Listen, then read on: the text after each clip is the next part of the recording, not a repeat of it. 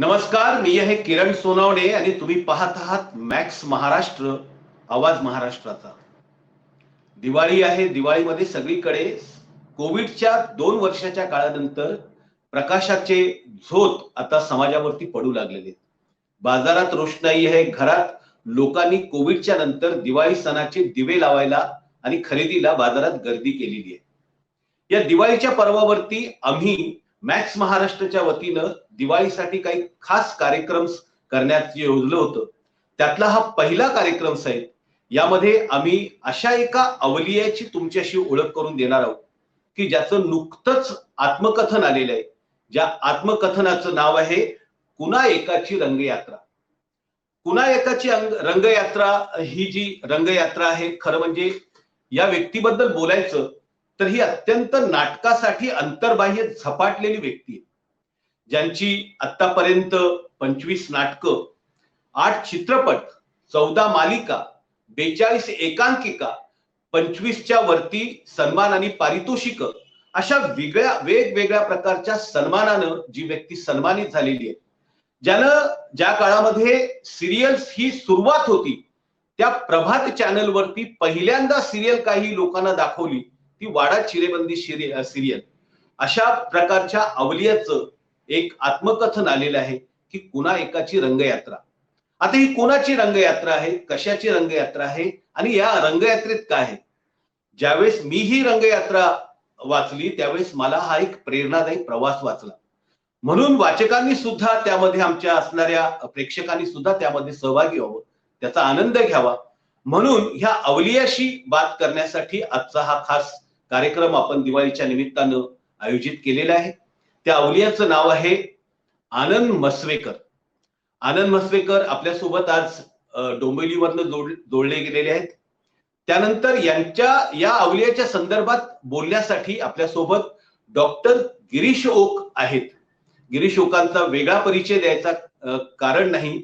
संपूर्ण नाट्यसृष्टी, चित्रपटसृष्टी गिरीश ओक सरांना ओळखते आणि ज्यांनी अनेक वर्ष आणि आता ही नाट्यसृष्टी आणि चित्रपट सृष्टी गाजवते अशा आघाडीच्या नायिका नैनाताई आपटे आपल्या सोबत या ठिकाणी जोडल्या गेलेल्या. सगळ्यांचं, तुमच्या सगळ्या पाहुण्यांचं स्वागत आणि दिवाळीच्या तुम्हाला सगळ्यांना शुभेच्छा.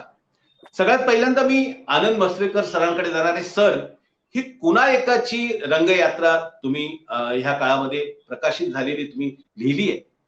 हे लिहिण्याचं तुम्हाला का वाटलं की ही रंगयात्रा लिहावी, असं कधी सुचलं? कारण की तुम्ही इतके व्यस्त नाटककार आणि लेखक आहात, तर हे लिहावं असं का वाटलं किंवा आत्मचरित्र का नाही लिहिलं? पहिली गोष्ट म्हणजे की कुणा एकाची रंगयात्रा हे आत्मचरित्र नाहीये, इथे आत्मकथन म्हणूया आपण त्याला, पण आत्मकथन आहे. आणि आत्मचरित्र लिहिण्याचा विचार होता. अनेक लोकांनी मला सांगितलं की तू आत्मचरित्र लिह आनंद, पण आत्मचरित्र लिहायला जे धाडस लागतं, की जो प्रामाणिकपणा लागतो, जितक्या प्रामाणिकपणानं हे पुस्तक लिहिलंय तेवढा प्रामाणिकपणा आत्मचरित्र लिहिताना आला असता का? कारण काही गोष्टी लपवाव्या लागतात, काही गोष्टी आपण उघडपणे बोलू शकत नाही, कारण आपल्याला इंडस्ट्रीत राहायचं असतं. अनेक लोकांच्या गोष्टी आणि मग खोटं खोटं लिहिणं मला आवडलं नसतं, आवडणार नाही. म्हणून मग मी पर्याय म्हणून हे रंगयात्रा म्हटलं. आपण कमीत कमी आपल्या पहिल्या नाटकापासून ते युटर्न पर्यंत 40 वर्षाचा प्रवास आहे, तो लोकांपर्यंत जावा. पर्टिक्युलरली आताच्या नवीन पिढीला आनंद मसवेकर म्हणजे फक्त युटर्न आणि बाकीची नाटकं, माझे चित्रपट, सिरियल माहित आहेत. तर आधीच्या ज्या गोष्टी आहेत किंवा त्याचा मधला जो सगळा माझा प्रवास आहे तो या पिढी पुढे यावा आणि त्यांना जर थोडीशी प्रेरणा मिळाली या माझ्या प्रवासातून तर ती मला द्यावी अशी इच्छा मनात निर्माण झाली आणि वाटलं की हा प्रवास कुठेतरी लिहायला पाहिजे. आणि तो मी म्हणून लिहिण्याचा निर्णय घेतला. कोविडमध्ये खूप वेळ होता, कारण नाटकं बंद होती. त्या काळामध्ये मग मी हे सगळं लिहून काढलं आणि अशा तऱ्हेनं तो प्रवास माझ्या हातून लिहून पूर्ण झाला. खूप सारे प्रसंग त्यामध्ये, अतिशय नाट्यमय प्रसंग आहेत. पण तुम्ही एका मराठवाड्यासारख्या अतिशय म्हणजे पश्चिम महाराष्ट्रातल्या अतिशय खेड्यातून आलेली व्यक्ती आहात आणि तिथे अतिशय ओढाग्रस्तीच्या परिस्थितीतून लोक हे करतात. आजकाल तरुण जे आहेत की छोट्या छोट्या गोष्टींनी लगेच घाबरून जातात किंवा नाच सोडून देतात. तर नवीन येणारे जे सगळ्या आता कलाकार स्ट्रगलर्स आहेत, जे प्रयत्न करत आहात, तर त्यांच्यासाठी तुमचा हा जो प्रवास आहे त्यातला काही म्हणजे तुम्हाला आता कधी असं वाटलं का की अरे खूप झालं, संसारामध्ये अडचणी आहेत, मुलं झाली आहेत, बाळ झाली आहेत आणि आता सोडून द्यावं, असं कधी तुम्हाला त्या संदर्भात वाटलं का? तुम्ही सोडून देण्याचा प्रयत्न केला का त्या संदर्भात? तर ह्या नवीन पिढीला तुम्ही त्या संदर्भात काय सांगाल? हा. पहिली गोष्ट म्हणजे तुम्ही म्हणालात की मराठवाड्यातून चुकीनं म्हणालात. मी साताऱ्याचा आहे, घाटावरचा आहे. साताऱ्याजवळ माझं गाव आहे आणि माझं लहानपण सगळं गावी गेलं, मसवे गावामध्ये. आणि मी 11वीला मुंबईला आलो. तिथपर्यंत गावाला नाटकं करायचो, कला पथकातून, शाळेतून किंवा वगैरे वगैरे वगैरे. पण मुंबईला आल्यानंतर मी नाटकं, एकांकिका, प्रायोगिक रंगभूमी, व्यावसायिक रंगभूमी हे सगळं करत असताना एकदा मी ते म्हणतात की तोंडाला रंग लागला नटाचा की तो जात नाही, तसं लेखकाने एकदा लिहायला रंगभूमीवर सुरुवात केली की लेखणी थांबत नाही. तसं माझं काहीसं झालं की अनंत अडचणी आल्या, अनंत प्रॉब्लेम आले. पण मला कधी वाटलं नाही की अरे बापरे, आपण आता बंद करूया लिखाण वगैरे. फक्त एका गोष्टीमध्ये मी थोडासा तो निर्णय घेतलाय की मी सिरियल 2013 पासून बंद केल्यात. कारण वयामुळं किंवा एका काही ठराविक कारणांमुळं. मग म्हटलं आता फक्त थिएटर म्हणजे नाटक आणि सिनेमा लिहायचा. पण तो तेवढा निर्णय सोडला तर मला नाटक सोडावं असं किंवा नाटक हा माझा श्वास आहे. त्यामुळे नाटकापासून लांब जावं असं मला कधीच वाटलं नाही आणि वाटूच शकत नाही. कारण शेवटच्या श्वासापर्यंत अगदी एकांकिका मी ठरवून टाकले, जाहीर केलेलं आहे की जोपर्यंत मी जिवंत आहे, एकांकिका लिहिणं जुन्या लेखकांना कमीपणाचं वाटतं. कमीपणाचं म्हणजे तो लहान मुलांनी करायचा प्रकार आहे. पण तरीही मी वर्षातून एक एकांकिका लिहितो आणि त्या कुठल्या तरी स्पर्धेला करतो. त्यामुळं नाटकाशिवाय आता जगणं ही गोष्टच मला म्हणजे सहन होणारी नाही आहे. म्हणून की नाटक हाच माझा श्वास आहे आणि नाटक लिहित राहणार आहे आणि लिहित राहीन मी. मग ते पुढे काय होवो न होवो, पण लिहित राहणार आहे. पण मग हा जो तुम्ही निर्णय घेतला की सिरियल मी लिहिणार नाही, की तुम्ही या महाराष्ट्रामध्ये मराठीमध्ये पहिल्यांदा सिरियल आणली प्रभात याच्यामधनं, आणि मग आता इतका सगळा सिरियलचा जमाना आहे की खूप मोठ्या प्रमाणात सिरियलच्या मालिकांचे भाग होत असतात आणि खूप मोठ्या प्रमाणात त्यांचा चाहता वर्ग किंवा त्यांना फॅन फॉलोईंग आहे. तर अशा काळामध्ये तुम्ही ह्या सगळ्या सिरियल्स कडे तुम्ही असा निर्णय सिरियल न लिहिण्याचा घेण्याचं कारण काय? कारण की एवढे सिद्ध असतं तुम्ही की या गोजीरवाऱ्या घरातल्या इतक्या सगळे एपिसोडले 3000च्या पर्यंत तुम्ही सगळे एपिसोड यांचे लिहिलेले आहेत मालिकांचे. तर असं अचानक तुम्हाला का वाटलं, असा निर्णय काय घेतला? हा, एक तर त्यावेळी माझं वय 60 वर्ष पूर्ण झालं होतं आणि 60 वर्षानंतर सिरियलला जी धावाधाव लागते की 24 आवर काम करणं, रात्री 2 वाजता फोन आल्यानंतर सीन लिहिणं किंवा आमच्या वेळची सिरियल आणि आत्ताची सिरियल ह्याच्यामध्ये सगळा सिनेरिओ बदललेला आहे की छोट्या छोट्या गोष्टींसाठी मीटिंगला जाणं दर दिवशी तिकडे त्या क्रिएटिव्ह लोकांकडे. तर ही धावाधाव या वयात आपल्याला झेपणार नाही. आणि शिवाय सर, आपल्या सगळ्यांना माहित आहे की प्रत्येक 5-10 वर्षानंतर सगळंच बदलतं, नाटक बदलतं, सिरियल बदलतात, सगळं बदलतं. तसं पूर्वीची सिरियल आणि आताची सिरियल याच्यामध्ये फरक पडलाय आणि आपण ह्या सगळ्याला कोप अप होऊ शकू का? आपण त्या सगळ्यात सामावून घेतील का हे लोक, नवीन पिढी आपल्याला? असंही मला कुठेतरी वाटायला लागलं. आणि एक प्रकृती स्वास्थ्य म्हणा किंवा मी राहतो डोंबिवलीला, तो माझा प्रॉब्लेम आहे. पण डोंबिवलीला राहूनच मी हे सगळं करिअर केलेलं आहे. पण आता डोंबिवलीवरून अंधेरी आणि वर्सोव्याला आपल्याला धावाधाव होईल का मड आयलंडला, असं जरा वाटलं. आणि म्हटलं आपण उगाच जर न्याय देऊ शकणार नाही एखाद्या गोष्टीला तर ती गोष्ट नको. म्हणून मी, बाकी काही नाही, म्हणून हा निर्णय घेतला की आता ज्या सिरियल्स आहेत आणि तुम्ही यातले सिद्धहस्त लेखक आहात म्हणजे याच्यातले, तर तुम्ही या सिरियल्स कडे तुम्ही समाधानी आहात का, जे नवीन जे लोकांसमोर सिरियल येत आहेत त्याच्याबद्दलची तुमचं काय मत? नाही, कसं असतं की शेवटी सर, साहित्य काय किंवा नाटक काय किंवा चित्रपट काय हा समाजाचा अर्थ असतो. समाजामध्ये जे काही आजूबाजूला घडत असतं तर तेच लेखक त्यांच्या लेखणीतून ते कुठून आणणार, सगळं रॉ मटेरियल कुठून आणणार, तर मग लेखक तिथून शोधतात. तर समाजामध्ये आत्ताचा बदललेला समाज, म्हणजे मी ज्या काळात सिरियल लिहिल्या त्यावेळेचा समाज आणि आत्ताचा समाज, त्याच्यामध्ये खूप फरक झालेला आहे सर. आत्ता तुम्हाला सांगतो मी की मला भीती वाटते कधी कधी की लग्न झालं की धडाधड 1-2 वर्ष डिव्होर्स होतात. आता कल्याण कोर्टात माझे एक फ्रेंड आहेत, त्या जज आहेत. त्यांनी सांगितलं की घटस्फोटाच्या माझ्याकडे 500 का 600 केसेस पेंडिंग आहेत.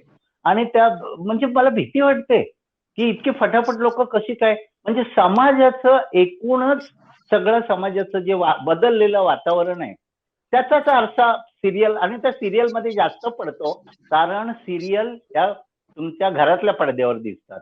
नाटक हे थिएटरमध्ये येऊन बघायचं असतं, सिनेमा थिएटरमध्ये येऊन बघायचं असतं. म्हणून मग मला वाटलं की आपल्याला लिहिताना आपण कम्फर्टेबल नसू या पिढी बरोबर, तर आपण उगाच तिथे अट्टहास करायला नको, म्हणून बाकी काय. आनंदजी, तुमच्या सोबत या सगळ्या प्रवासामध्ये अनेक कलाकार तुम्हाला भेटलेत आणि हो. त्यांच्यासोबत तुमचा प्रवास होता. तर त्या प्रवासाबद्दल थोडक्यात सांगा, मग आपण नयनाताईंकडे त्या संदर्भात जाऊया की नेमकं हो. तुमचा ह्या सहकलाकारांच्या सोबतचा किंवा बाकीच्या लोकांबद्दलचा प्रवास नेमका कसा काय होता, काय होतं त्यातून, हा, त्यातले काही आता किस्से असतील तर? हो, हा, बोला ना. नैनाताईंबरोबरचा म्हणाल तर नैनाताई, मी अगदी म्हणजे मुंबईला आलो आणि लिहायला सुरुवात केली तेव्हापासून नैनाबाईंची नाटकं बघत आलोय. म्हणजे त्या खूपच जुन्या कलाकार आहेत, सगळ्यांना माहित आहे त्यांच्याबद्दल मी काय बोलू. पण त्यांचं काम आणि सगळं एकदा कधीतरी प्रत्येक माणसाला वाटतं की ह्या कलाकारांना आपल्या बरोबर काम करावं.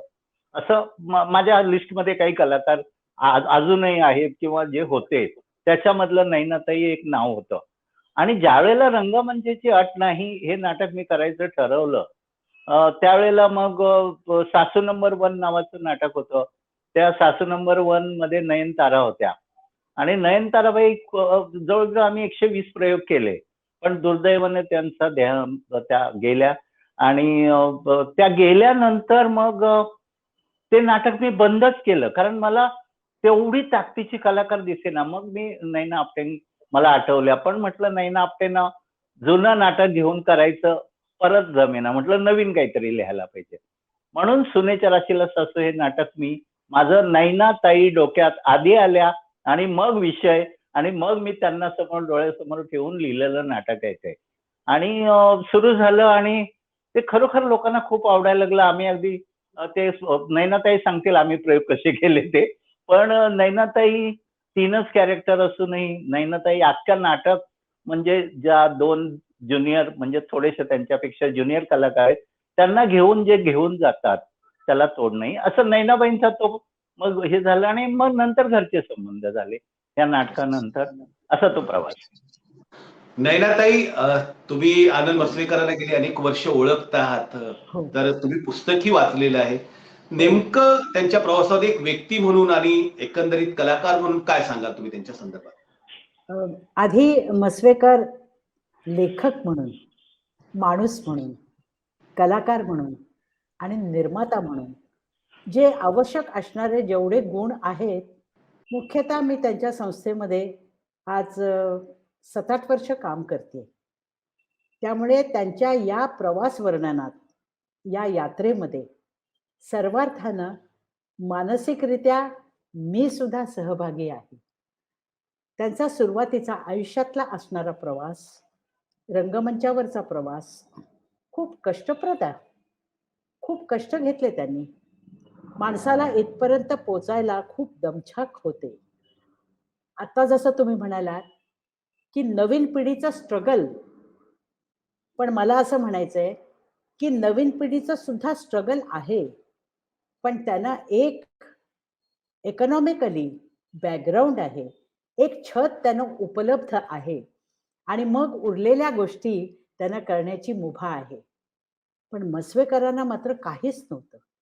त्यामुळे त्यांच्या प्रवासामध्ये छत उभं करण्यापासून ती जमीन कणखर बनवण्यापर्यंत त्यांना प्रयत्न करावे लागले.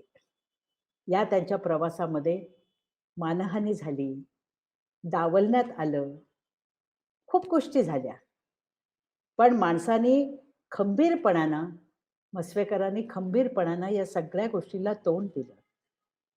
याचं कारण असं की त्यांच्यामध्ये असणारा एक लेखक, जो समाज न्याहाळत होता, ज्यांची उदाहरणं ते घेत होते आणि लेखनद्वारा ते आपल्या नाटकात, एकांकिकेमध्ये, सिरियलमध्ये या सगळ्या गोष्टी त्यांच्या लेखणीद्वारे त्या उतरत होत्या. लोकांसमोर ते आणत होते. थोडेसे ते प्रायोगिक तत्वाचे आहेत. आपण प्रयोग करून बघायला काय हरकत आहे? एखादी गोष्ट उपलब्ध नाही झाली, तर त्या त्या गोष्टीबरोबर ते पुढे जाऊ शकतात. अमुक एक नाही म्हणून ते थांबत नाहीत. आमचा आता प्रवास म्हणजे नाटकांचा प्रवास खूपच मजेशीर. सगळ्याच ठिकाणी नाट्यगृह उपलब्ध नव्हते. काही ठिकाणी दिवे सुद्धा नव्हते. काही ठिकाणी रंगमंच सुद्धा नव्हता. म्हणजे रंगमंचाची अट नाही हे ऐकल्याबरोबर लोकांनी रंगमंच पण नाही असं सांगितलं कॉन्ट्रॅक्टरनी, की कशाला पाहिजे रंगमंच? तुम्ही तर म्हटलं आहे की रंगमंचाची अट नाही. अहो अट नाही असं म्हटलं, पण असला रंगमंच तर काय बिघडतंय का? असं आहे होय, मग आम्ही तुम्हाला जमिनीवर एक सतरंजी टाकून देतो, हाच तुमचा रंगमंच. पण तिथं सुद्धा आम्ही प्रयोग केले. समोर लोक अशी जमिनीवरती सतरंजीवरती बसलेली, नसेल रंगमंच तर अर्धा असा कुठेतरी कट्टा, एखाद्या लग्न कार्याचं कार्यालय उपलब्ध असेल तर तिथे, आरसा नसला तर चालेल, दिवा नसला तरी चालेल, खुर्ची नसली तरी चालेल, मग कुणाचीकडे ती खुर्ची, कुणाकडनं तरी टेबल, अशा सगळे उद्योग करून आम्ही हे प्रयोग शेवटपर्यंत पार पाडले आणि लोकांनाही ते ॲप्रिशिएट झाले. पण अशा पद्धतीनं नाटक पुढे नेणं, नाटकाची चळवळ पुढे नेणं, हा थोडा मानसिक त्रास होतो, की आम्ही सेट नाही वापरत आणि लोकांना सेटची सवय आहे. पण याची पण सवय लोकांना व्हायला पाहिजे. जशी चांगल्याची सवय असते, जशी असण्याची सवय असते, तशी काही नसण्याची सुद्धा सवय लोकांना आम्हीच लावली, की नाहीये सेट नाहीये. खुर्ची एकच आहे, टेबल एकच आहे. हो, 4 स्टँडीज आहेत. आणि ह्या सगळा प्रवास आम्ही नुसत्या फोर व्हीलरमधनं नव्हे, तर विमानातनं, ट्रेनमधून, बॉक्स सेट करून असा आम्ही प्रवास केलेला आहे. पण नाटकाचा आनंद मात्र शेवटपर्यंत 100% आम्ही घेतलाय. कधी आम्हाला या गोष्टीचा त्रास झाला नाही. निर्माता म्हणून मस्वेकर अत्यंत चांगले आहेत आणि त्यांच्याकडे काम करण्यासाठी आम्ही नेहमीच उत्सुक असतो. मला तर असं वाटतं, की मी दर एक 15-20 दिवसांना त्यांना फोन करून सांगते, "काय नवीन काय लिहिताय? आणि लिहिणार असाल तर सांगा हां, ऐकवा. जर मला काही करण्यासारखं असेल तर मी नक्की करीन." अशा पद्धतीचा संवाद आमचा त्यांच्याबरोबर असतो. कारण लेखकाशी असणारं तुमचं मनोगत, तुमचा तुमचा रॅपो अतिशय चांगला असला पाहिजे असं मला वाटतं. कारण आधी लेखक, मग नट अशी ती मालिका आहे. त्यामुळे त्यांच्या पुस्तकाबद्दल बोलण्यासारखं खूप आहे. परंतु हे महत्वाचं आहे, की त्यांची लेखणी अतिशय उज्ज्वल आहे. त्यांच्या नाटकात काम करताना मग विनोदी स्तरावरचा असो, गंभीर स्वरूपाचा असो, त्यांच्या नाटकात काम करताना खूप आनंद वाटतो. जसं जुन्या नाटकात काम करताना काही करायला मिळालंय, असा आनंद वाटतो, तसा मस्वेकरांच्या नाटकात सुद्धा येस, आपल्याला काहीतरी करायला मिळालंय. एक वेगळं स्वतःला प्रोजेक्ट करायला मिळालंय, ह्याचा आनंद मला तरी मिळाला. त्यामुळे मी म्हणजे या गोष्टीला त्यांना धन्यवाद देते, की आमच्या सुनेच्या राशीला सासू या नाटकामध्ये नैनाताई, त्यांनी एखादा 12 त्याच्या भूमिका संदर्भातला केल्या. तुम्ही प्रसंग जरा सांगाल तर बरं होईल, खूप होईल. म्हणजे हो. तुमच्या नाट्य प्रवासामधला एखादा प्रसंग, की कशा पद्धतीनं तुम्ही अडचणीवर मात केली किंवा कशा पद्धतीने काय प्रसंग घडला होता, ते जर हो. तुम्ही सांगितलं अ, तर प्रेक्षकांना जास्त. एकदा तर आम्ही प्रवास करत होतो फोर व्हीलरमधून. हां. खूप पाऊस होता कोकणामध्ये आणि खूप ट्रॅफिक होता. गाडी पुढे जाईल की नाही, का तिथेच थांबूया, का काय करूया, अशा अवस्थेमध्ये आम्ही होतो. आणि पाऊस म्हणजे मी म्हणत होता आणि नेमका गणपतीतला प्रयोग होता. मग जिथे प्रयोग होता तिथे आज 40 मैलावर आतल्या गावात आमचा प्रयोग होता. तिथे आम्ही कसेबसे पोचलो. त्याच्यानंतर पुढे 40 मैल आम्ही गेलो. त्याच्यानंतर तिथे आम्ही उतरलो तर तिथे काहीच नव्हतं. सगळे निघून गेले होते. मग त्यानं शोधाशोध केली. त्या ऑर्गनायझरनी त्या माणसांना बोलवून आणलं. मग ती लोक धावत पळत आली. मग कसेबसे 4 खांब किंवा 4 खुर्च्या किंवा 4 टेबल असं त्यांनी उभं केलं. वर एक सतरंजी टाकली. त्याच्यावर म्हणाले, आता तुम्ही तुमचं नाटक सुरू करा. आणि अशा पद्धतीनं आम्ही तो प्रसंग अतिशय म्हणजे मेकअप रूम नाही, मेकअप करायला जागा नाही, बसायला काहीच नाही, अशा ह्याच्यामध्ये आम्ही प्रयोग केलेले आहेत. असे आमचे खूप प्रयोग झालेत. अशाच बरोबर. पद्धतीनं आमचे खूप प्रयोग झालेत असं म्हणायला हरकत नाही. पण आम्ही या सगळ्यांवर मात करून नाटक मात्र पुढे नेलं. बरोबर. मी डॉक्टर गिरीशोक सरांकडे जाणार आहे. गिरीशोक सर, तुम्ही आणि मस्वेकर सर सोबतच स्ट्रगल करत होता त्या काळामध्ये. ट्रेनमधला प्रवास असेल, डोंबिवलीत येणं वगैरे वगैरे.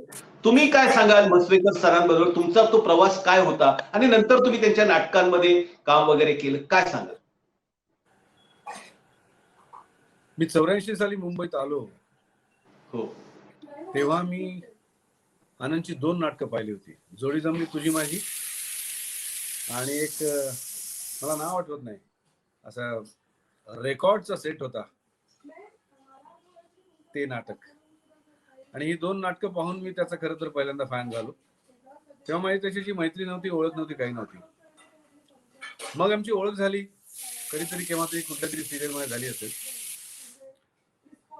मग मी गुजीरवाणा घरात मध्ये खरं तर त्याचा मित्र झालो. गुजीरवाणा घरात ही सिरियल आपल्या मराठी सिरियलच्या इतिहासात 2 नंबरची सिरियल म्हटली पाहिजे, ज्याचे खूप जास्त एपिसोड झाले. 4 दिवस सासूचे या सिरियलचे काहीतरी 3000 एपिसोड झाले, 2700 एपिसोड झाले आणि गुजीरवाणा घरात या मालिकेचे 2500 एपिसोड झाले. आणि सुरुवातीपासून शेवटपर्यंत मी त्या सिरियलमध्ये होतो. आणि एक अतिशय भन्नाट कॅरेक्टर, भन्नाट रोल आनंदने ऍक्च्युली मला त्या सिरियलमध्ये दिला. एक वेगळी ओळख दिली. जयवंत बाजीप्रभू कारखानीस असं त्या कॅरेक्टरचं नाव होतं आणि अतिशय लवेबल रास्कल असा तो रोल खूप लोकांना आवडला आणि जवळपास 9.5 वर्ष ती सिरियल चालू होती. इथे आनंदची माझी पहिली मैत्री झाली ऍक्च्युली. त्यानंतर आनंदचे वेगवेगळ्या माध्यमातून संवाद मला भयंकर आवडायचे. काही जे खूप छान संवाद लेखक माझ्या पिढीतले आहेत त्यापैकी एक आनंद आहे. आणि त्यानंतर खरं तर युटर्न साठी आनंद मला अप्रोच झाला. त्यातले एक आमचे मित्र गेले खरं, गोविंद चव्हाण, खूप जवळचे मित्र आमच्या. आम्ही तिघही एकत्रच असायचो या सगळ्या प्रोसेसमध्ये. गोविंद चव्हाण आणि आनंद मसेकर मला युटर्न साठी भेटायला आले. मला अजून आठवत आहे, एका सिरियलच्या सेटवर.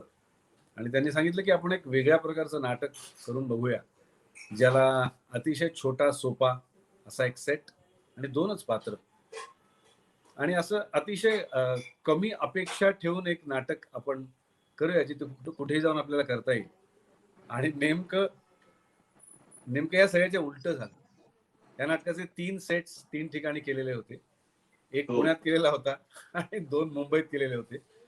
कपड्यांचे सुद्धा 2 सेट्स होते, एक पुण्यात वेगळा होता, एक मुंबईत वेगळा होता. आणि या नाटकाचे अक्षरशः धो प्रयोग झाले.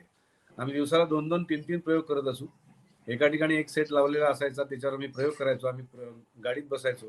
दुसऱ्या ठिकाणी दुसरा सेट लावलेला असायचा आणि तिथे जाऊन आम्ही प्रयोग करायचो. या प्रयोगादरम्यान आनंदशी खूप इंटरॅक्ट करता आलं, बोलता आलं, गप्पा मारता आल्या. त्याची नवीन नाटकं त्या काळात जी लिहून झाली ती वाचता आली, त्यांनी ती वाचून दाखवली. त्याच्यावर खूप डिस्कशन झालं.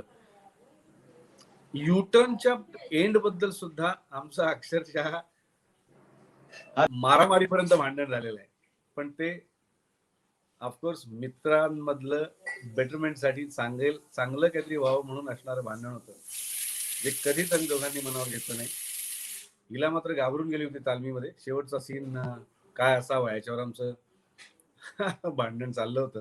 आणि शेवटी तो जो काय नाटकात होता तो सीन शेवटी आनंदलाच सुचला आणि त्यांनीच तो केला. आनंदचं त्या आधीचं जे सगळं आहे ते मी आत्ता त्याचं पुस्तक वाचायला घेतलं तेव्हा मला एकदम वेगळा समज. आनंद त्यात दिसतोय. हो. आणि अजूनच त्या मैत्रीतल्या आदरामध्ये, प्रेमामध्ये एक फार वेगळी भर पडली आहे. काय परिस्थितीतून तो आलाय आणि त्यांनी काय काय सहन केलंय. आणि खरंच एवढं नाटकाचं वेड, हो ना. इतकं सगळं बाकीच्या गोष्टी बाजूला ठेवून फक्त नाटक हा एक ध्यास घेऊन त्या माणसाने आज जे काय तो आज आहे त्याचा पाया जर बघितला तर ते आज मी पुस्तकांमध्ये कधीही मला आमच्या डिस्कशन्स मध्ये, आमच्या मैत्रीपूर्ण गप्पांमध्ये किंवा एकत्र असण्यामध्ये कधीही याचं भांडवल केलं नाही, कधीही ते सांगितलं नाही, कधीही त्याच्याबद्दल त्याची कुठे कटुता मला जाणवली नाही. कारण नॉर्मली माणसं हे जे काय त्याला भोगावं लागलेलं असते, अवहेलना असेल, तुच्छता असेल, अपमान असेल, हाल असतील, ह्या सगळ्याचं उपटं काढतो किंवा त्याच्याबद्दल त्याच्या मनात एक कटुता येते. अशी लोक मी पाहिले आहेत, पण त्याच्या मनात ते कुठेच नव्हतं. आज मला वाचल्यानंतर असं जाणवतंय की आपण इतकी वर्ष आनंद बरोबर आहोत, पण आनंदच्या बोलण्यात हे कुठेच नाही.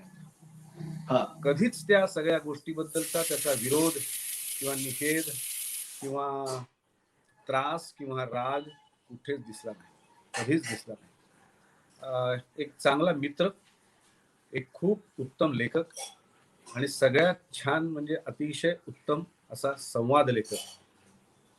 या लेखकाच्या 2-3 कलाकृतींमध्ये मी होतो. गुजीरवाणे घरात नावाची सिरियल, यू टर्न 1 आणि यू टर्न 2, त्याचा मला खूप आनंद होतो. आणि त्याचं आत्मचरित्र आत्ता मी वाचायला घेतलंय, ते आता मी यथावकाश पूर्ण करीन, जसा वेळ मिळेल तसा. पण ते घेतल्यानंतर आता ते परत सोडावं असं वाटत नाही, इतकं छान त्यांनी ते लिहिलंय. खरंच तो माझा मित्र आहे, याबद्दल मी भाग्यवान समजतो. अशा मित्राबरोबर मी आहे आणि इतक्या चांगल्या मित्राबरोबर मी आहे. ओक सर, तुम्ही इतके सगळे म्हणजे त्यांच्यासोबत काम केलेलं आहे, तर त्यांच्यासोबतचे असणारे काही प्रसंग, काही किस्से, काही आठवणी तुम्ही आमच्याशी शेअर केल्या तर अत्यंत आनंद होईल, चांगलं वाटेल प्रेक्षकांना सुद्धा. ऍक्च्युली प्रश्न न विचारता एक आठवण मी तुम्हाला सांगून टाकली, तीच खूप जबरदस्त होती. हो, ते ह्याच्यात युटर्नच्या रोल संदर्भात त्यांनी पहिल्यांदा सांगितलं तुम्हाला. हा, युटर्नच्या एंडच्या संदर्भात जे झालं होतं, हो. आम्ही रंगशारदा स्टुडिओमध्ये तालीम करत होतो आणि नेहमीप्रमाणे त्यांनी एंड लिहिलेला नव्हता. त्याचं नाटकाचं एंड कधी लिहित नाही तो. ते वेळेवर तो सांगतो की वेळेवर मी आपण करूया ते. आणि एंड पर्यंत नाटक बसत आलं आणि तो काहीतरी प्रकारे एक त्यांनी लिहून आणला होता, मग तो आम्ही बसवायला गेलो आणि वादावादी सुरू झाली. वादावादी इतकी वाढली की हिला खूप अशी समंजस आणि खूप घाबरट आणि अशी खूप विचार करून एखादे वाक्य बोलणारी अशी अतिशय ती शहाणी मुलगी आहे खरं खूप. आणि मी काय अजिबात शहाणा बिणा नाही, मी वेळा आहे, फार भयंकर वेळा आहे मी. आणि आनंदची मैत्री, हिलाशी तशी मैत्री नव्हती, आनंदची माझी मैत्री होती. मी आधीपासून आनंदला ओळखत होतो आणि त्यामुळे मला हक्क समजलो मी की मला जे वाटतंय ते मी बोलीन, मला जे पटत नाही ते मी पटत नाही म्हणेन, मला जे हवंय त्याच्याकडनं ते मी काढून घेईन किंवा मला माहिती आहे त्याच्याकडनं काय मिळू शकतं हे पण मला तेवढंच माहिती. अशातून ते वाद सुरू झाले आणि इतके ते टोकाला गेलं की हिला भीती वाटायला लागली, आता हे एकमेकांना मारतात की काय किंवा नाही नाटक बंद पडतं की काय किंवा काय होतंय आणि असं काहीतरी असं भयंकर झालं. पण ते दोघांनाही मनात पक्क माहित होतं की हे जे काय चाललंय ते चांगलं होण्यासाठी चाललंय आणि त्यातून जे निघालं ते शेवटी एक अतिशय छान एंड त्या नाटकाला जो मिळाला की ती चुटपुट जी लागायची, लोक आत विचारायला यायचे की ते भेटले का हो, त्यांचं लग्न झालं का हो, तुम्ही का असं दाखवलं, त्यांना एकत्र का नाही आणलं. आणि तेच अपेक्षित होतं ऍक्च्युली आनंदला. आणि त्याच एका बारीकशा क्लूमुळे किंवा त्या गोष्टीमुळे किंवा त्या विचारलेल्या प्रश्नांमुळेच आनंद हे कबूल करतो की युटर्न पार्ट 2 हे नाटक त्याला लिहावंसं वाटलं किंवा ते सुचलं. तर तो एंड फार सूचक होता किंवा खूप असा हुरहुर लावणारा होता आणि त्याच एंडसाठी जी काही गंमत झाली होती. आणि मग दौऱ्यातल्या गमती गप्पा अशा अनेक प्रसंग आहेत.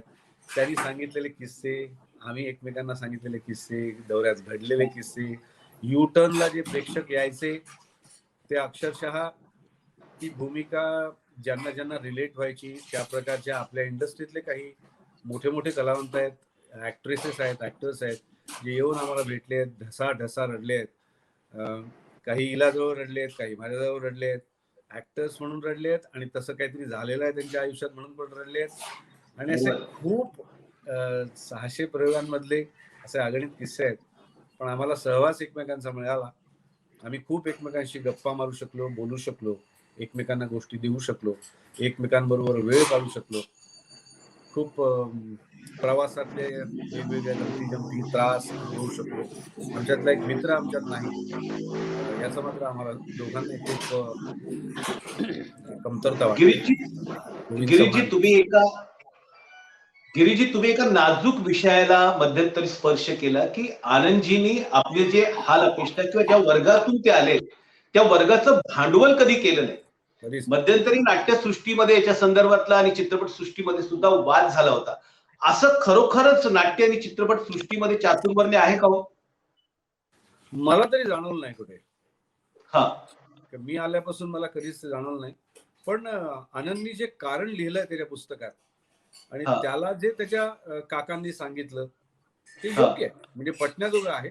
आणि तसं त्याला वाटणं हा त्याचा हक, त्याचा स्वतःच दृष्टिकोन आहे की त्याला असं वाटणं आणि त्या दृष्टीने त्याच्या कलाकृतींकडे बघू नये, असं त्याचा जो प्रांजळपणा आहे, प्रामाणिकपणा आहे आणि एक थोडीशी रिस्क ज्याला म्हणतो आपण ती त्यांनी नाही घ्यायचं ठरवलं.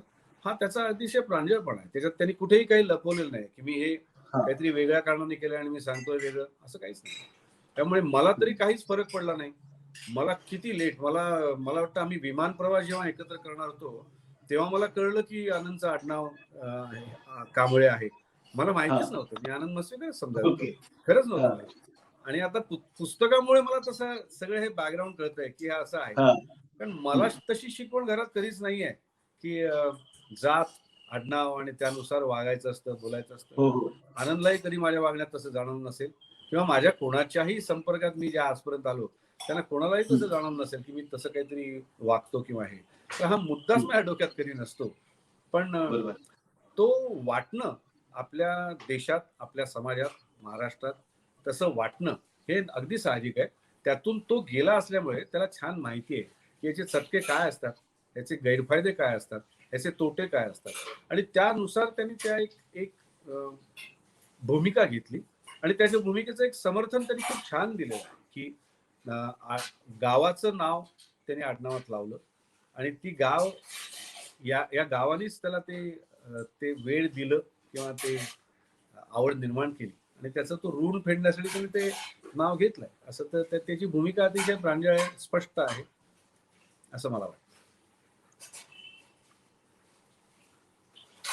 इतक्या मोठ्या प्रमाणात स्वीकारले गेले असते नाट्यसृष्टी आणि चित्रपटसृष्टीत काही अडचणी आल्या असत्या? मला ऐकू नाही आला प्रश्न. जर समजा आनंद म्हस्वेकरांनी आनंद कांबळे या नावाने समजा जर नाटकं लिहिली असती आणि पुढे आले असते तर इतक्या मोठ्या प्रमाणात सुरुवातीपासून स्वीकारले गेले असते का? मला विचाराल तर मला काही वाटत नाही त्यात. पण त्यांनी जे लिहिलंय त्यामागचं कारण ते पटण्याजोगं आहे. बरोबर आहे. आणि त्याला तशी आपण भीती नको म्हणूया. तो भ्यायला कधीच नाही कोणाला. तो गरिबीला नाही भ्यायला, भुकेला नाही भ्यायला, असा माणूस कोणालाच भीत नाही. कारण मी पण भुकेला राहिलोय आणि मी पण गरिबी बघितली या क्षेत्रात. खिशात पैसे नसताना मी नाटक केलंय, त्यामुळे मी पण कोणाला घाबरलो नाही कधीच. पण त्याला वाटणारी जी शक्यता आहे ते आपल्या एखाद्या गोष्टीवर खूप जर प्रेम असेल, एखाद्या आपल्या कलेवर किंवा आपल्या प्रॉडक्टवर, आणि त्याबद्दल जर का काही त्याच्या यशस्वीतेबद्दल किंवा त्याच्या पुढच्या वाटचालीबद्दल जर का एखादी गोष्ट आडकाठी येणार असं वाटत असेल आणि एखादी आपण जर का काय म्हणतोय आपण जागरूकता घेतली तर किती साहजिक आहे ते की आपल्या मुलाचं काहीतरी या वाटेने जाताना त्याला त्रास होऊ शकतो, आपल्या मुलीला या वाटेने जाताना त्रास होऊ शकतो. म्हणून आपण आपल्या मुलीला किंवा मुलाला ज्या प्रकारे काहीतरी सांगू किंवा त्याबद्दलची खबरदारी घेऊ, बरोबर, तर ती अगदी साहजिक आहे असं मला वाटतं. तर त्याची जी अपत्य होती, त्याचं पहिलं नाटक असेल, दुसरं नाटक असेल, तिसरं नाटक असेल, त्याबद्दल काहीतरी असं वाटणं की हे ह्यामुळे काही त्याला बाधा येईल का त्याच्या यशामध्ये, तर ती आपण हम्म. खबरदारी घेऊया. एकदा ते बरोबर. यशस्वी झाल्यानंतर मग काहीच फरक पडत नाही. मग बरोबर. नावात काय आहे, शेक्सपियरचं म्हणणं जसं आहे तसं हो, ते होत हो. बसतं. पण बरोबर. सुरुवातीला ती काळजी वाटणं, हे काळजीपोटीच त्यांनी तो निर्णय घेतला असं मला वाटतं. आणि त्याच्यात बरोबर. तरी कुठेही ते लपवलेलं नाहीये. तो म्हणतो की बरोबर. माझं नाव गॅझेटमध्ये तेच होतं, ऑफिसमध्ये तेच होतं, बँक अकाउंटला तेच होतं, फक्त मी टोपण नावाने नाटक लिहिलं. आणि असं नाटक असे अनेक कवी पण आहेत, असे अनेक हो. लेखक आहेत ज्यांनी टोपण नावाने नाटकं लिहिली. त्यात मला बरोबर आहे. कुठेही काही गैर वाटत नाही. नैनाताईंकडे जाणार आहे मी. नैनाताई, या प्रश्नावर तुम्हाला विचारायचं आहे की असं काही समजा आनंद कांबळे नावानी आनंद मस्वेकर पुढे आले असते, तुम्ही इतकी वर्ष चित्रपट आणि नाट्यसृष्टीमध्ये, तर काय नेमकं असं काही स्वीकारलं गेलं असतं सर्वार्थाने? असं काही आहे का चित्रपट आणि नाट्यसृष्टीमध्ये? कारण मागच्या एक 2-3 वर्षापूर्वी मोठाच त्याच्यावरती वाद झाला होता. मला असं वाटतं हा वाद ज्यांच्या डोक्यात तो प्रश्न आहे ते निर्माण बरोबर. करतात. हो. कलाकारांच्या डोक्यामध्ये हे असं कधीच नसतं. कलाकारांना फक्त आपलं काम आणि आपण करत असलेली वाटचाल हा. एवढीच माहित असते. माझ्या तरी डोक्यात काही नव्हतं. म्हणजे काही आलंच नाही इतक्या वर्षामध्ये. आणि हा प्रश्नच निर्माण होण्याचा, म्हणजे हा प्रश्न का निर्माण व्हावा? बरोबर आहे. एक माणूस दुसऱ्या माणसाशी संपर्क साधतो, तो कोणत्या स्टेटसमध्ये आहे, तो काय करतो, हाच प्रश्न महत्वाचा आहे. तो बरोबर कोण आहे. आहे आणि तो कसा आहे आणि तो कुठून आला, हा काय प्रश्न महत्वाचा आहे? अजिबात नाही. बरोबर त्याच्यातले आहे. गुण महत्वाचे आहेत, त्याच्यातला माणूस पण महत्वाचा आहे. तो आडनाव काय आहे हा, म्हणजे मला तरी असं कधी वाटलं नाही. आणि तो प्रश्न बरोबर. माझ्या डोक्यात आजपर्यंत, या क्षणापर्यंत कधीच म्हणजे कधीच आला नाही. कारण हा अगदी गौण प्रश्न आहे. म्हणजे दिस इज समथिंग व्हेरी रिडिक्युलस, की असा प्रश्न डोक्यात येऊन काही होईल का म्हणून विचार करणं, असं मला वाटतं. जर जर एखादा मनुष्य सुशिक्षित आहे, संस्कारित आहे आणि प्रगल्भ विचारांचा आहे, तर ही गोष्ट नाही आहे डोक्यामध्ये, असं मला वाटतं. बरोबर. अत्यंत चांगलं आणि समर्पक उत्तर ताईंनी दिलं, की बाबा ज्याच्यामध्ये गुण असतील आणि ज्याच्यामध्ये प्रगल्भ विचार असतील आणि तो सर्वार्थाने सर्वांना कवेत घेऊन जाण्यासाठी तयार असतील, तर त्याला अशा ह्या शूद्र गोष्टींची कधी मी आनंद मस्वेकरांकडे थेट जाणार आहे, की आनंद कांबळे ही आनंद मस्वेकरांची गोष्ट सांगतो आहे. तर आनंदजी, तुम्ही सांगा, की तुम्हाला या संदर्भातले काय अनुभव आलेत का? किंवा तुम्ही या संदर्भात काय सांगता? की आनंद मस्वेकर आणि आनंद कांबळे. कांबळे आणि मस्वेकर ह्या स्प्लिट पर्सनॅलिटीमध्ये मी आतापर्यंत की वैयक्तिकरित्या किंवा घरामध्ये किंवा बँकेमध्ये कांबळे आडनावानी हे करायचं, आणि नाट्यसृष्टीमध्ये किंवा नंतर मग तीच माझी ओळख झाली.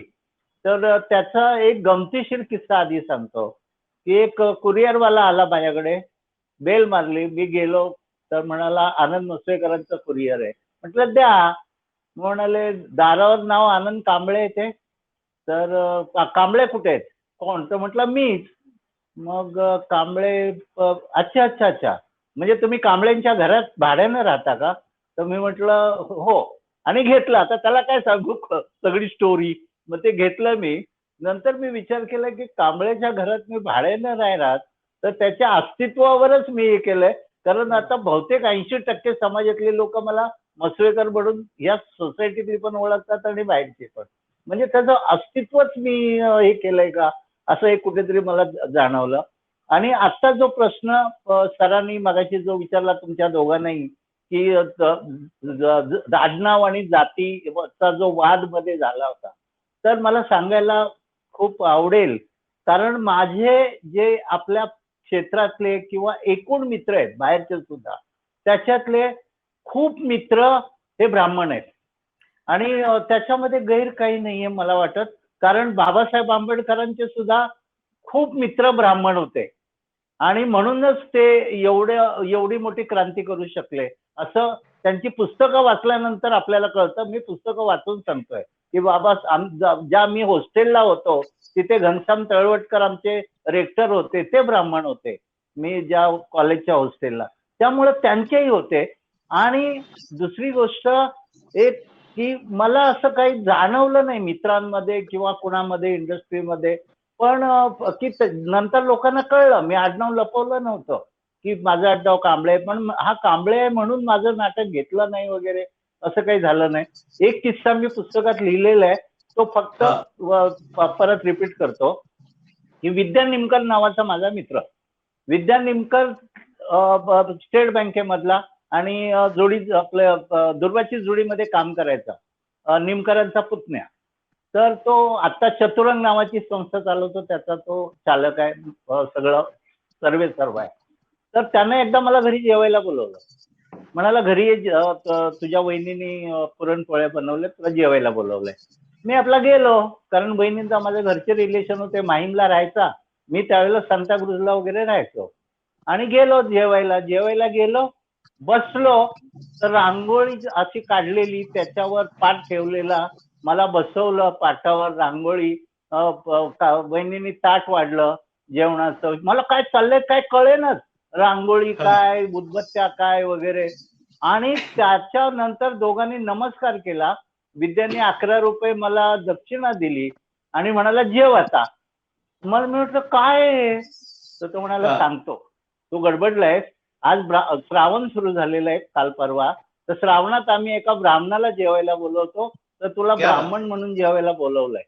तर मला इतकं असं भरून रडायला आलं. मला म्हटलं तुला माहिती आहे विद्या मी कोण आहे, माझं आडनाव काय आहे, कारण आम्ही बँकेतच कामाला होतो. तो म्हणाला एक लक्षात ठेव की जो माणूस ब्रह्म जाणतो तो ब्राह्मण, आणि तू जन्मानं कुणीही आस, पण तू आता ज्ञानानं तुझ्या हुशारीनं तू ब्राह्मण आहेस असं मला वाटतं, आणि म्हणून मी तुला जेवायला बोलवलंय.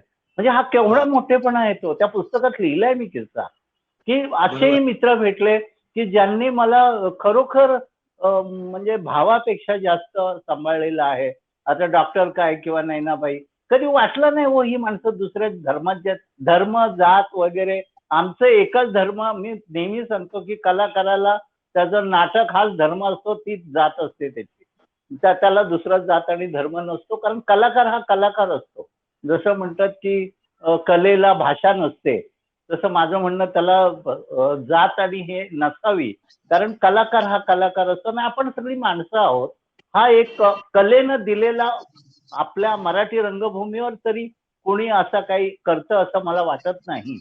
असं फक्त मला एकच सांगावं असं वाटतं की एकदा एक नाटक मी लिहिलं होतं, आणि त्या नाटकाचे मॅनेजर होते कोणतरी, आणि नवीन करत होतो नाटक, आणि दौरा होता कुठेतरी लावलेला.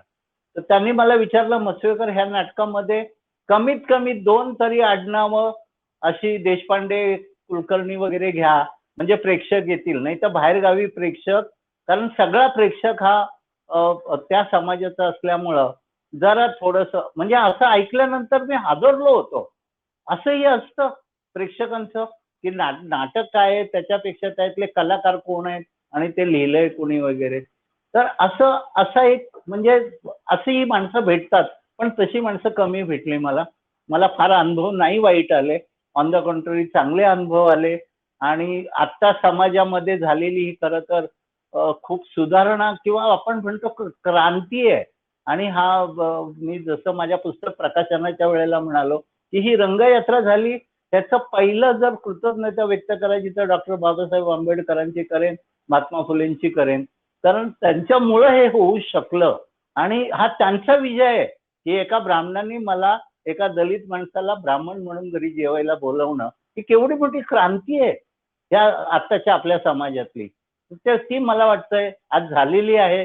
आणि त्याच्यावरचे वाद उकरून वाद काढायला काय हो, काहीतरी वाद काढायला विषय लागतात, त्याच्यात ते वाद निघतात, ते सोडून द्यायचं असतं. फार मला ते काय फार गंभीरपणे घ्यावंसं नाही वाटत. ओक सर, तुम्ही इतक्या अनेक लोकांबरोबर काम केलेले आहे, नवीन लोकांबरोबरही काम करतात आणि जुन्या लोकांबरोबरही काम करतायत.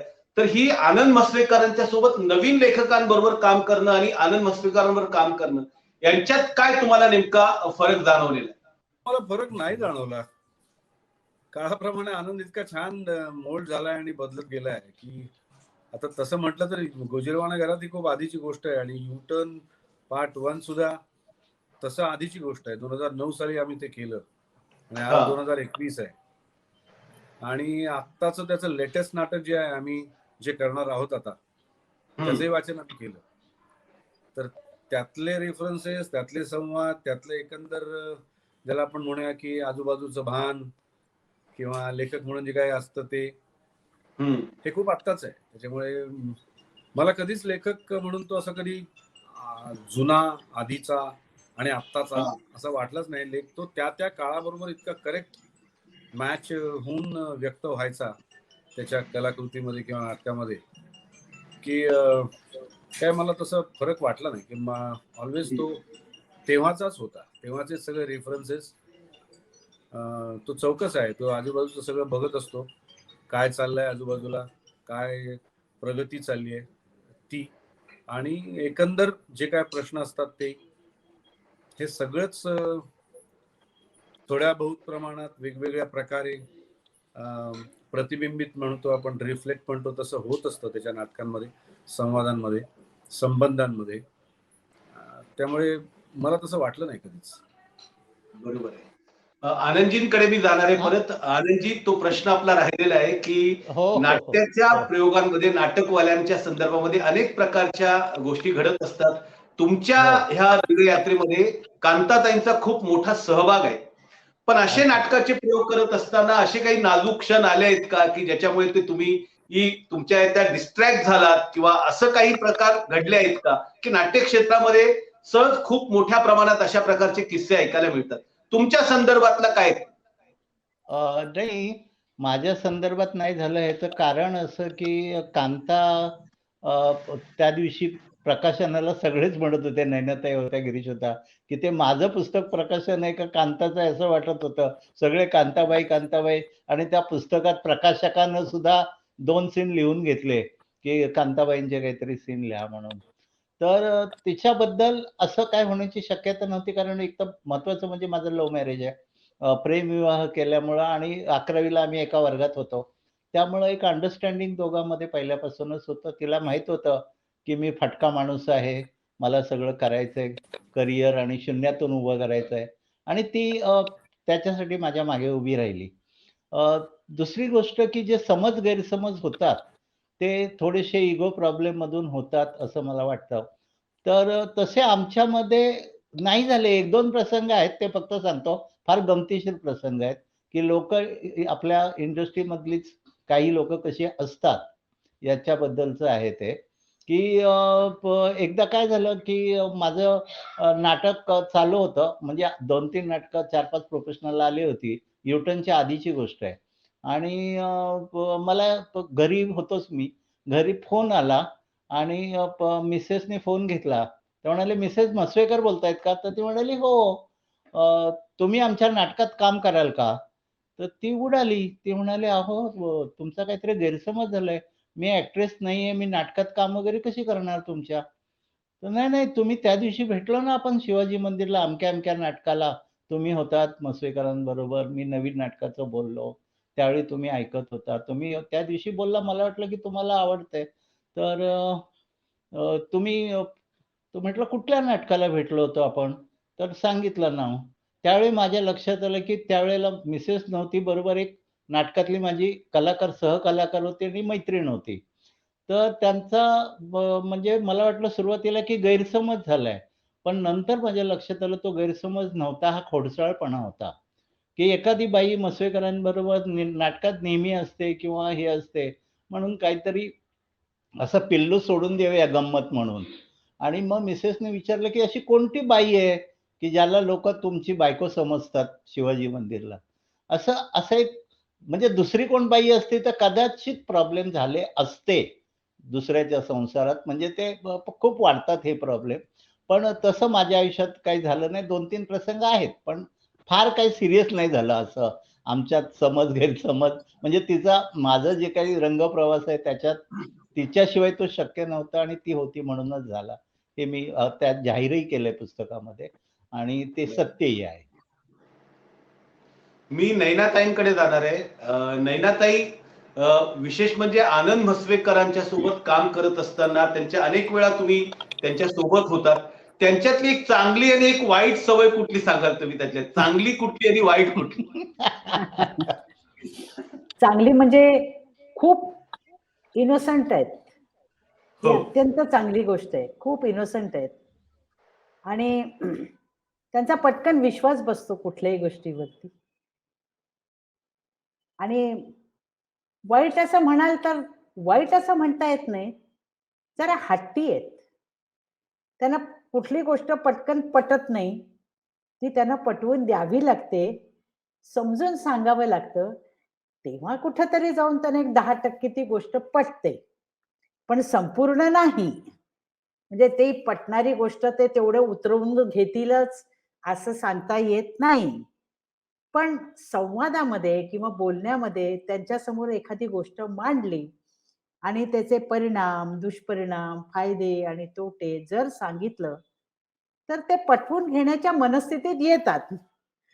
ही त्यांच्यातली या 2 गोष्टी त्यांच्यामध्ये आहेत, की ते थोडेसे जरा हट्टी आहेत. त्यांना हट्ट सोडायला लावायला अशी माणसं जरा त्यांच्या बरोबरीची माणसं जर असली, तर ते त्यांचं ऐकतात. नाहीतर ते अजिबात कुणाचं ऐकत नाहीत. त्यांना पाहिजे तेच ते करतात.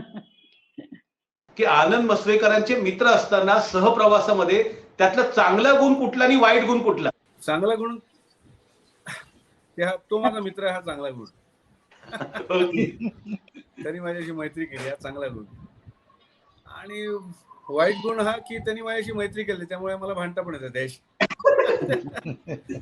वाईट ओके, काय ओके. सांगू, असं वाईट बीट काय सांग, मित्रामध्ये काय वाईट सांगणार, काय वाईट नाही त्याच्यात, चांगला आहे तो तसा.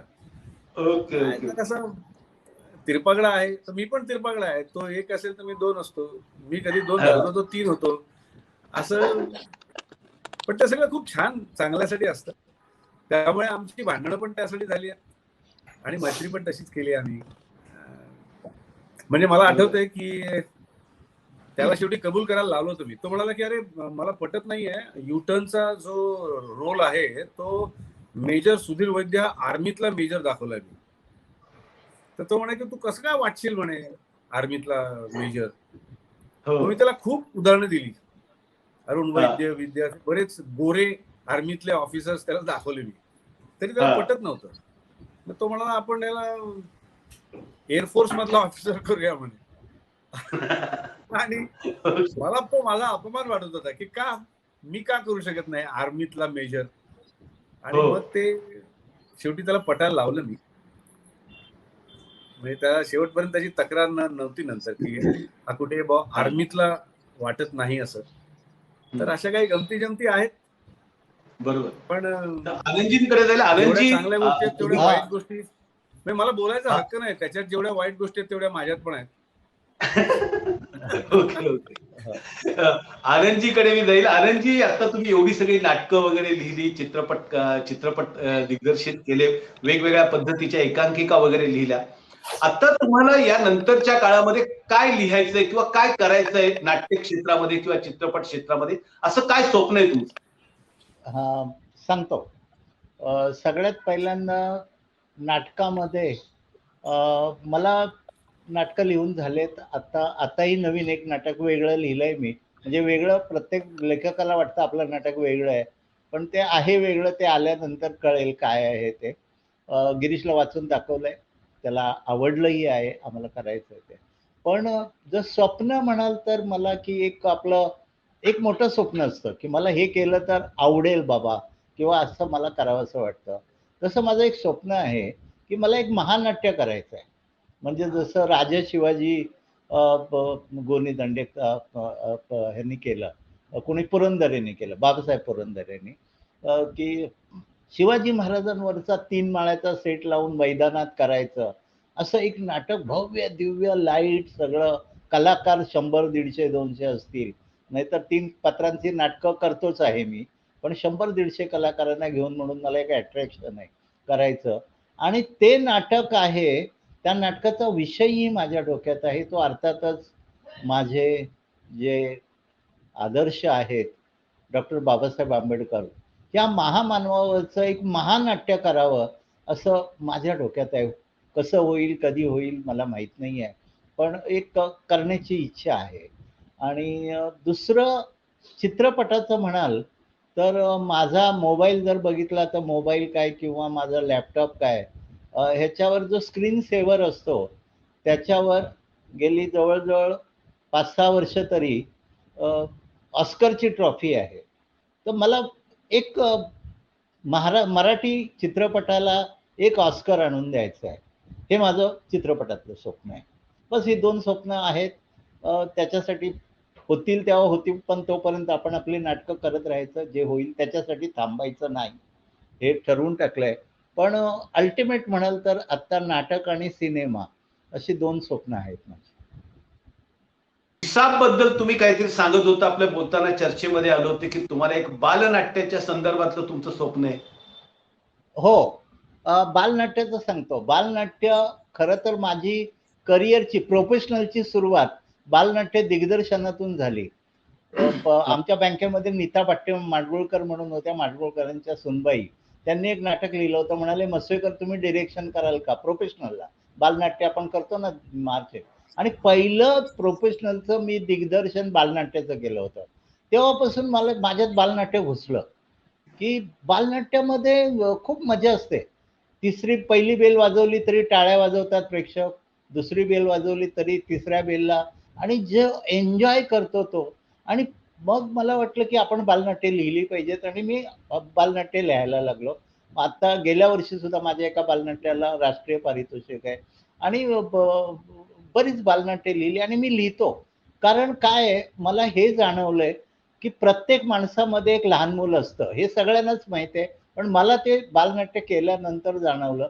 तर त्या माझ्यातल्या, मी बालनाट्य बघायला जातो किंवा मी बालनाट्य करतो, तेव्हा माझ्यातल्या लहान मुलाला मी काहीतरी खाऊ देत असतो, की माझ्यात एक लहान मुलं आहे, तर त्या मुलासाठी आपण काहीतरी केलं पाहिजे.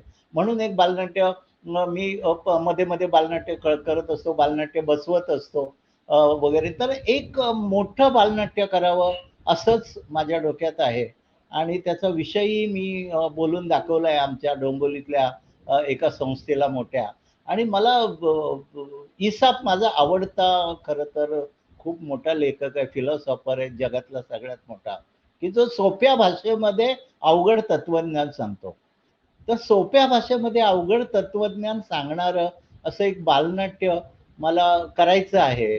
आणि बघू कधी जमतंय, पण एक मोठं बालनाट्य करायचं, हे बालनाट्याचं आहे माझं स्वप्न. बघू कसं काय जमतंय. खूप त्याच्यातही 200-300 कलाकार असतील, आणि खूप मोठं असेल, भव्य दिव्य असेल, जे सगळ्या भाषेत करता येईल मला. कारण त्याला हिंदीमध्ये करता येईल किंवा सगळ्या भारतातल्या भाषेत करता येईल असं बालनाट्य करावं असं मला वाटतं. घेतलं त्यानंतर तुम्ही ज्या वर्गातून आलात आणि ज्याच्यातनं आलात की तिथे त्यांची एक रंगभूमी आहे, तर त्या रंगभूमीचा स्टॅम्प तुम्ही तो स्वतःवरती किंवा ब्रँड तुमच्यावरती लावून घेतला नाही किंवा त्याकडे तुम्ही गेला नाही, त्याचं नेमकं कारण काय की त्या पंक्तीला तुम्ही गेला नाही? हो, शब्द चांगला वापरला, त्या पंक्तीला तुम्ही गेला नाही. कारण माझी खूप गावी परिस्थिती म्हणजे प्रत्येक वेळी जेवायला मिळेलच अशी नव्हती लहानपणी. आणि गावामध्ये लग्न असायची, लग्न. तर ती जर समजा मराठा समाजाची किंवा दुसऱ्या समाजाची, उच्च समाजाची, तर त्या लग्नाला आमंत्रण असायचं आम्हालाही, की या बाबा लग्नाला किंवा जेवायला. पण मी जेवायला नाही जायचो. याचं कारण, जेवायला वेगळ्या पंक्तीला बसवलं जायचं.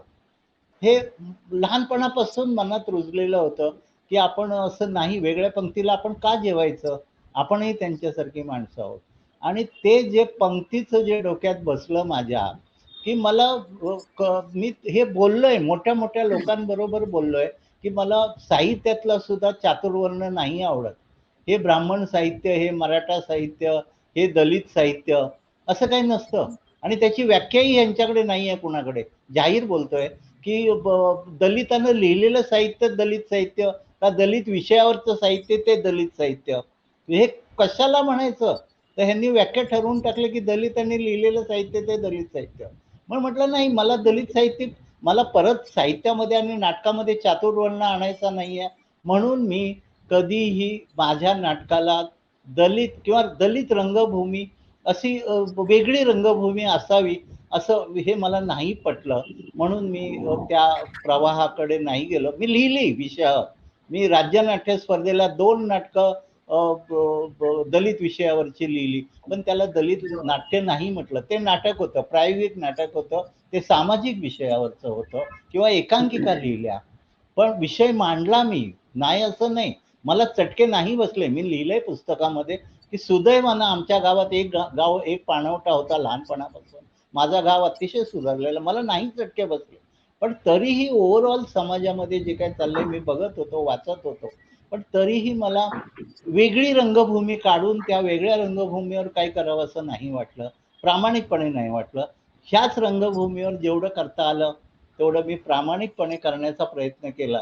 पण त्याला मग हे दलित नाटक आहे माझं आणि हे ब्राह्मण नाटक आहे, अशी त्याची वेगळी वेगळी ही कारणं नाही दिली मी आणि नाही केलं. म्हणून की मला लहानपणापासूनच वेगळी पंगत, की मला वेगळ्या पंक्तीला जेवायला नाही बसायचं किंवा मला वेगळी पंगत मांडायची नव्हती नाटकात आणि साहित्यातही, आणि तशी मी मांडली नाही.